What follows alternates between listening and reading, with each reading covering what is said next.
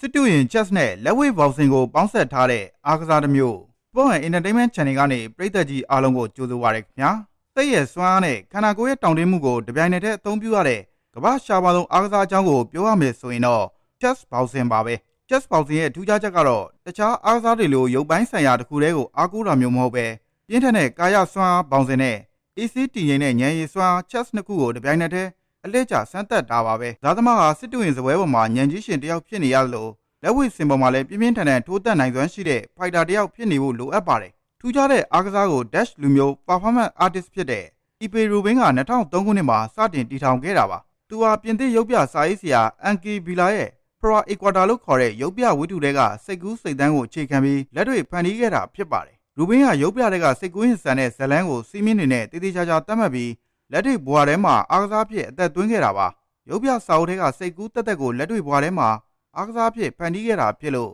chess ဘောက်ဆင်ဟာအမှုပညာနဲ့အားကစားကိုပေါင်းစပ်တဲ့ထူးခြားဆန်းသစ်တဲ့ဇင်းမြစ်ရှိရလို့ပြောရပါမယ် chess ဘောက်ဆင်ကိုစတင်တည်ထောင်ချိန်2003ခုနှစ်ဝန်းကျင်ကဥရောပနိုင်ငံတွေအထူးသဖြင့်ဂျာမနီနယ်သာလန်မှာစတင်ပြသခဲ့ပါတယ်အစောပိုင်းမှာဒီအားကစားကိုပြည်သက်တွေကစစ်တူရင်နဲ့လက်ဝှေ့ပေါင်းစပ်ထားတာကြောင့်ယူသွတ်တဲ့အားကစား crazy sport ဖြစ်ရှုမြင်ပြီးချက်ချင်းစိတ်ဝင်စားမှုမြင့်တက်လာခဲ့ပါတယ်ကနဦးပြပွဲတွေဆိုရင်လည်းမီဒီယာတွေရဲ့အာရုံစိုက်မှုကိုပါရရှိခဲ့ပါတယ်ဒီလိုစိတ်ဝင်စားမှုမြင့်တက်လာတာကြောင့်Dash ဗြိတိန်နဲ့ဂျာမန်ကစားသမားတွေဟာပထမဆုံးပြိုင်ပွဲတွေကိုစတင်ရှင်ပြိုင်ခဲ့ကြပြီးအားကစားအသစ်တစ်ခုရဲ့လားလာကိုပြသခဲ့ပါတယ်။ Chess ဘောက်ဆင်ရဲ့တကယ်ကိုခက်ခဲတဲ့စီးမင်းစည်းကမ်းတွေနဲ့စိတ်ပိုင်းဆိုင်ရာစိန်ခေါ်မှုတွေကိုဆက်လက်မမျှဝေခင်ဒီ channel ကို like လုပ်ပြီး subscribe လုပ်ထားကြပါအောင်ဗျာ။ရှင်ပြိုင်မှုပုံစံကိုကြည့်မယ်ဆိုရင်ပွဲတစ်ခုဟာစုစုပေါင်း17ချီနဲ့ရှင်ပြိုင်ရပါတယ်။အဲ့ဒီထဲမှာ6ချီကစစ်တူရင်ဖြစ်ပြီး9ချီကလက်ဝှေ့ဖြစ်က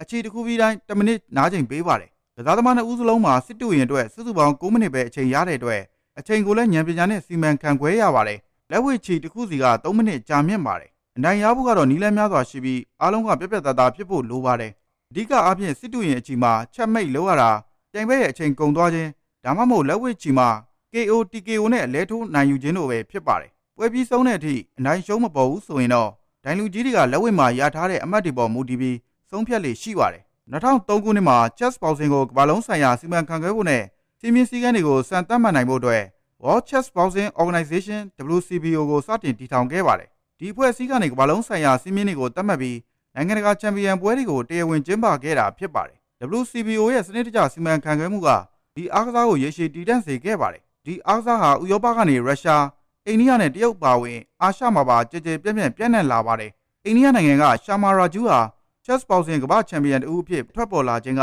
ဒီအားကစားဟာဒေသတစ်ခုထဲမှာမဟုတ်ပဲဘာလုံးဆိုင်ရာရေပန်းစားမှုကိုရရှိနေပြီဖြစ်ကြောင်းကိုသက်သေပြနေတာပဲဖြစ်ပါတယ်။